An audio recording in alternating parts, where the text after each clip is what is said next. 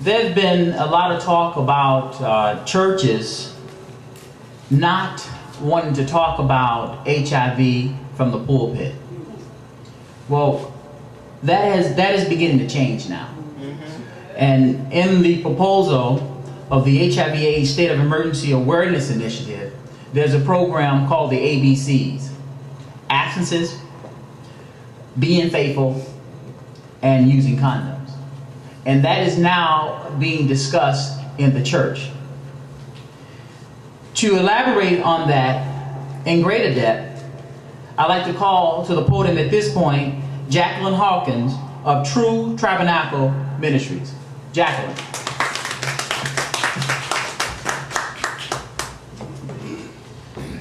Good morning.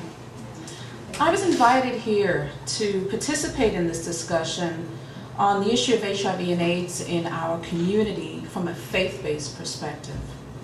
After becoming involved in efforts to combat this disease, I was shocked and frightened by its growth to epidemic proportions right here in my own backyard, as it were. It was totally unbeknown to me that it had grown to such a huge proportion, and our ministry has been here active for many, many years. See, I recently learned that the west side of Chicago has the highest reported cases of HIV and AIDS, second only to Africa. The CDC reports confirm that 1 in 4 African American teenage girls, that's aged between 13 and 19, have STDs. And again, to confirm, yes, if you're susceptible to STDs, that also means the HIV/AIDS virus. We can't do this alone. And we mentioned that there are community-based organizations, that there's clergy, and yes, there is elected official who cares about what takes place in this community. And at this point, you know him very well, State Representative LaShawn Ford. Ladies and gentlemen, LaShawn Ford.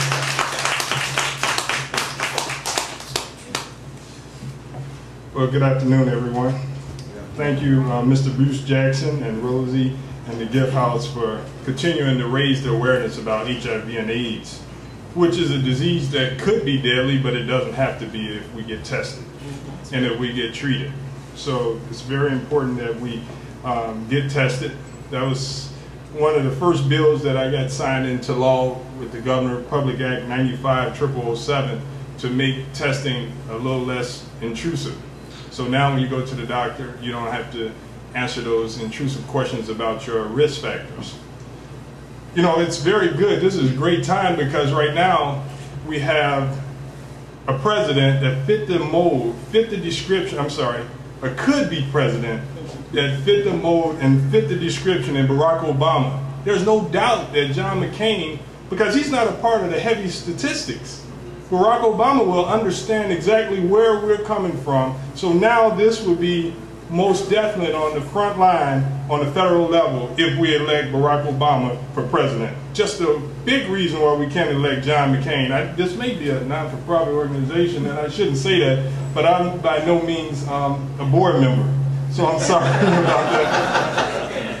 But, you know, I'm very happy to see a lot of the organizations here like WARP, definitely my good friend Yab Simpson and the Safer Foundation, and of course the Gift House. And if I missed any, I apologize. I want to tell you that I'm very committed to HIV and AIDS awareness and the end to this disease.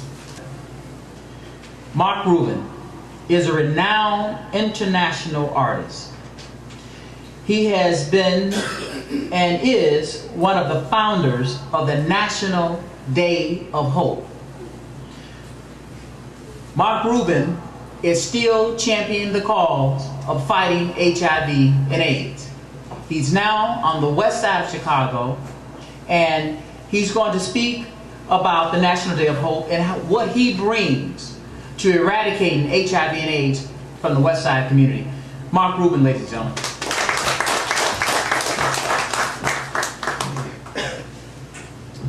Good afternoon. Mark Rubin Gallery has been engaged in civic activism concerning HIV/AIDS since 1994. This all came about when in 1992 I created a large painting that was going to go to the White House for the Clintons to be on loan in the private quarters.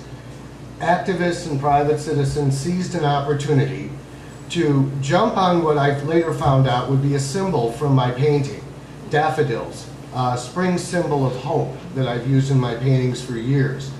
I was asked to make another painting that could serve as a national symbol of hope for the cure to HIV/AIDS.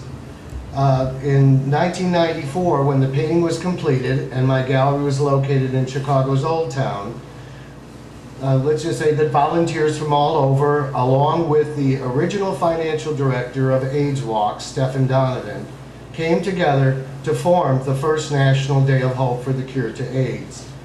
The daffodil was taken out, silk flowers had red ribbons of awareness tied on them. Old Town was decked out in living AIDS, in AIDS memorial quilts, silk daffodils. The Chicago History Museum decked out the museum, and the Day of Hope was born. To come to the podium, the Executive Director, Frances Hawkins of Change of Life Foundation. Ladies and gentlemen, Frances Hawkins. Good morning, good afternoon. My name is Frances Hawkins. I am the CEO and founder of Change of Life Foundation, where changing lives is mandatory. We offer services such as food distribution, clothing distribution, mentoring for children, and also empowerment for parents, to where they would learn by counseling and group that we have to come out and be able to talk to their children about HIV/AIDS and to make it more of awareness instead of just allowing their children to go blinded. First, I feel if we can get into the household by communicating with the parents, we can make a dinner session more of how to go about protecting yourself from HIV/AIDS. It's really important due to the simple fact I've been a mentor for over 7 years for young ladies that are now mothers, and they don't seem to believe that it's real. But by getting into the household, talking with the parents, and showing the parents that they can help their children by protecting them with the education and the knowledge they need, they would be more even sufficient and more productive in their lives. We're located on the west side of Chicago, and we're always there for any type of services that's needed. Thank you. Thank you, Frances.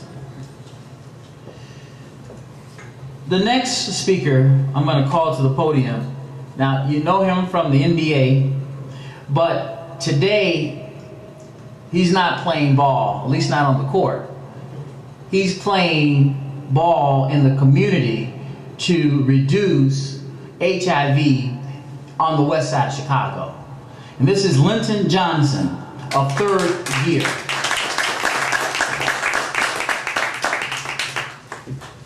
Good evening, everybody. My name is Linton Johnson, like you said, and I'm here on behalf of Third Gear. It's an organization me and my mom started 5 years ago. My mom is the vice president, and she does a beautiful job in running it, especially when I'm away. The organization, its Trojan horse is the basketball. You know, I'm 6'8". I'm a world champion. I wish I had my ring to show so I can blind you guys, you know, to get, to really get your attention. You know, that's how I get everybody's attention. But the intrinsic value of Third Gear is to bring a different awareness to the children. Is